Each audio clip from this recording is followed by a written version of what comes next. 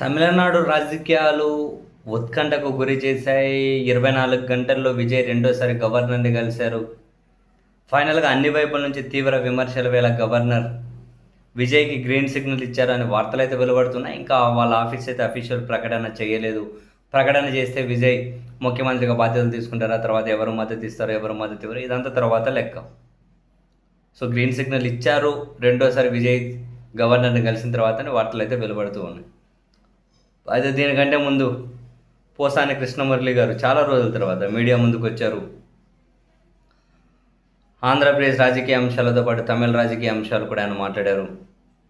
విజయ్ నాకు 96 నుంచి తెలుసు, వాళ్ళ నాన్నగారితో కూడా పరిచయం ఉంది అని, చాలా మంచి వ్యక్తి అని, ఒకరిని ఏమీ కూడా ఒక మాట తూలనాడని, వాళ్ళతో పొత్తులు పెట్టుకుని వీళ్ళతో పొత్తు పెట్టుకుని ఎలాగోలా అధికారిని అనుభవించాలనే మనస్తత్వం ఆయనది కాదు అని, పిచ్చి పిచ్చిగా ఆవేశపడి మాట్లాడే మాటలు కూడా మాట్లాడని, ఎంత జరిగినా సంయమనంతో ఉంటాడని, ఎవరో మంచోళ్ళని చెప్పి ప్రచారం చేసుకుంటారు, అట్లాంటి మంచి కాదు విజయ్ నిజంగానే చాలా మంచోడని.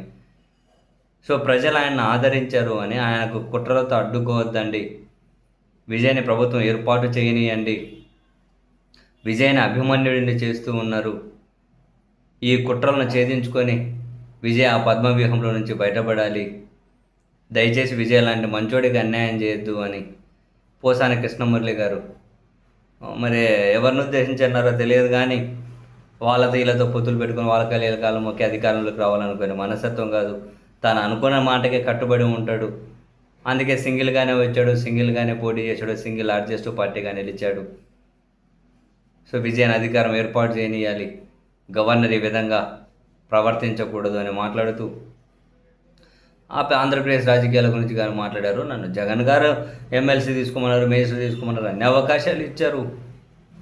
నేను నిజాయితీ పరువుని, నేను మంచోడిని, నేను ఏదైనా ఆశించేటట్లయితే అప్పుడే తీసుకునేవాడిని, లేకపోతే నీకైనా జగన్ గారిని అడిగి స్టూడియో కట్టుకునేవాడిని.